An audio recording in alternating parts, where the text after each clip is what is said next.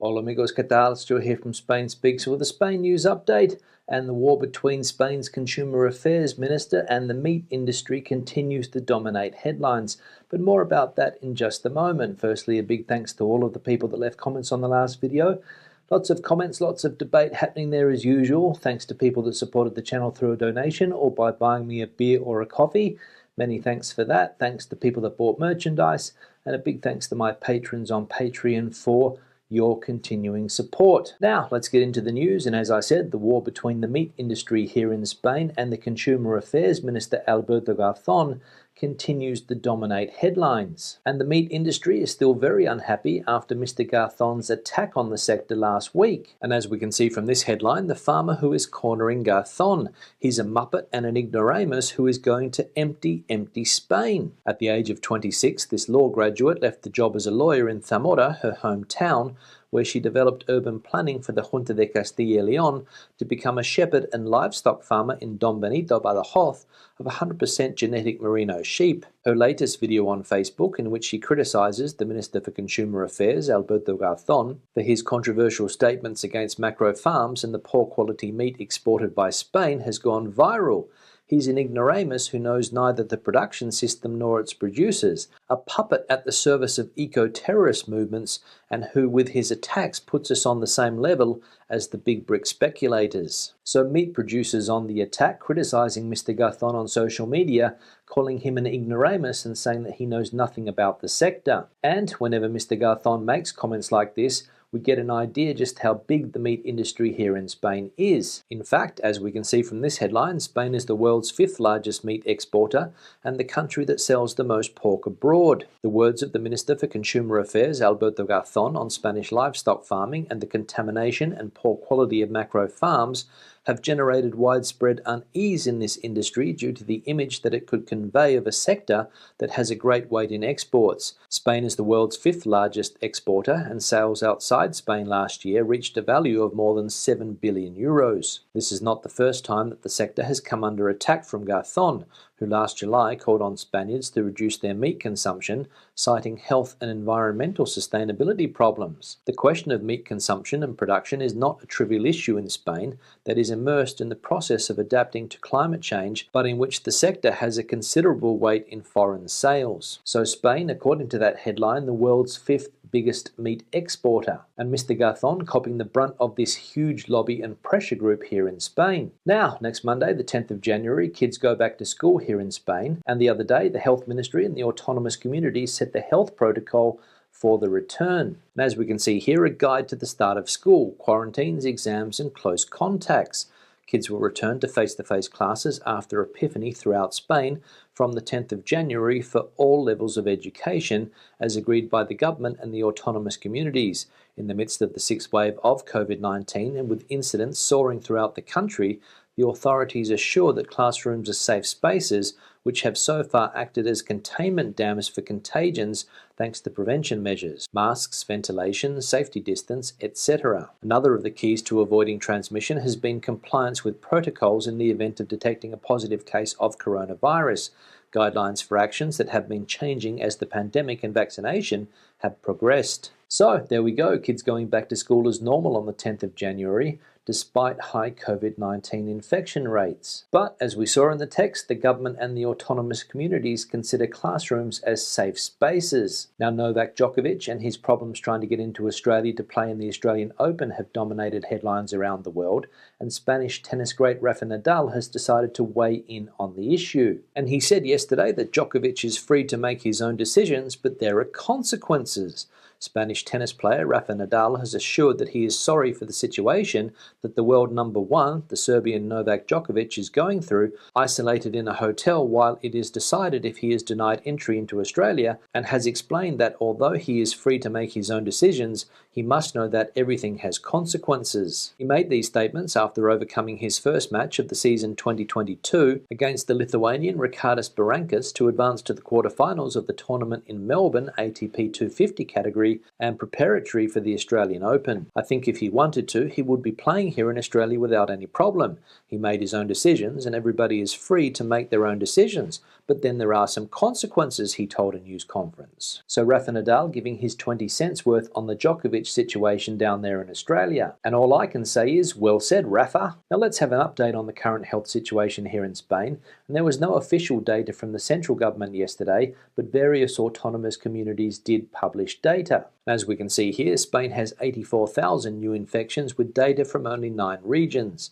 COVID transmission in the 6th wave continues unstoppable, with a record number of infections in most of the 9 regions that have updated the data on the evolution of the pandemic, which reflect almost 84,000 more positives. These are the figures for the new infections in the regions of Andalusia, Aragon, the Balearic Islands, Cantabria, Catalonia, Galicia, Murcia, Navarra, and the Basque Country, which account for 61% of the total number of positives reported on Wednesday, 137,180, and which was the second highest peak of the entire pandemic, together with that recorded on the 30th of December, also during the Christmas celebrations. So COVID transmission still unstoppable here in Spain at the moment. Now it's 2022 and Europe is celebrating 20 years of the euro currency. And it's led various newspapers here in Spain to ask the question, has the euro been good for the country? And as we can see from this headline from La Razón, Spain's progress thanks to the euro. The first days of 2022 remind everyone of the 20th anniversary of the adoption of the euro as a tangible currency. It started as the currency for 11 member states and 335 million people, and now serves 19 countries and more than 440 million people. During these 2 decades, the euro consolidated its presence as the world's second currency in every possible dimension, even surpassing the US dollar in terms of the market value of banknotes and coins in circulation.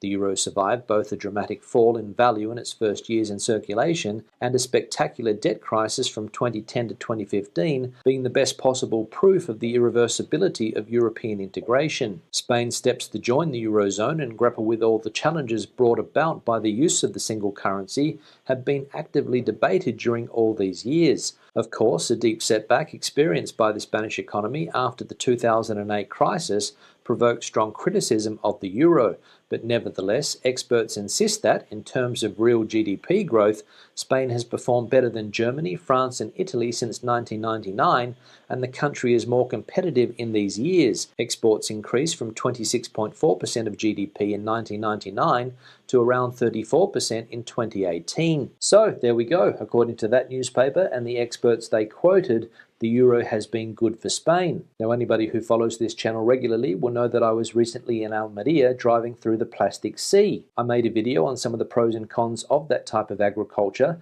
but one thing I didn't know is how much marijuana is grown in that area illegally. And as we can see from this headline from El País, marijuana plantations rife in Almería. In 2021, the Guardia Civil seized over 630,000 marijuana plants in Almería.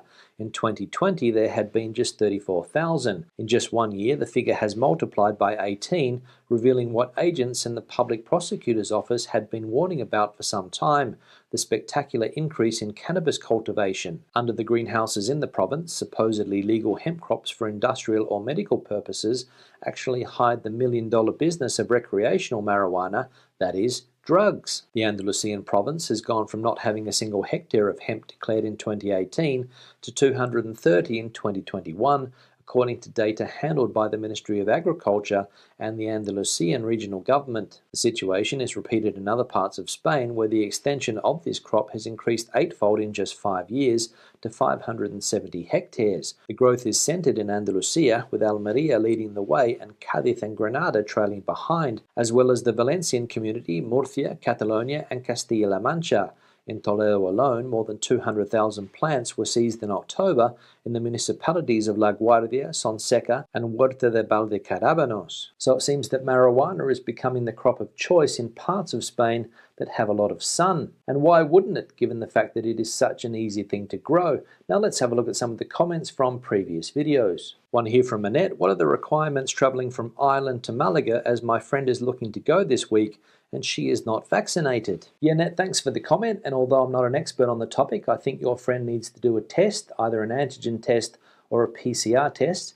to prove that she is not infected currently with COVID-19, then she needs to go to a Spanish government website and fill out a health form, and then I think she can hop on a plane and come to Spain. However, when she gets to Malaga, and if she wants to go out and have a bite to eat, she might need to show another antigen test done in the last 48 hours. So my advice would be to tell her to stock up on those tests, because she's going to need a lot of them if she's going to stay in Malaga unvaccinated. One here from Stevo. I'm 50 kilometres up the road in Nazaré. The forecast is for big waves to be coming in on the weekend of January the 8th and 9th. Yes, Stevo, thanks for the comment, and I hope you're enjoying your time in that lovely part of Portugal that is Nazaré. And you're right, it's about 50 kilometres up the coast from where I was earlier in the week in Peniche. Peniche has become a very popular surfing destination over the last decade or so, and it gets some fairly big waves, but they are nothing compared to the ones they get in Nazaré. In fact, I'm fairly sure that Nazaré has the biggest waves in Europe. One here from Rana. Thanks for your videos. We are planning to come to Spain from Ireland end of this year for a year.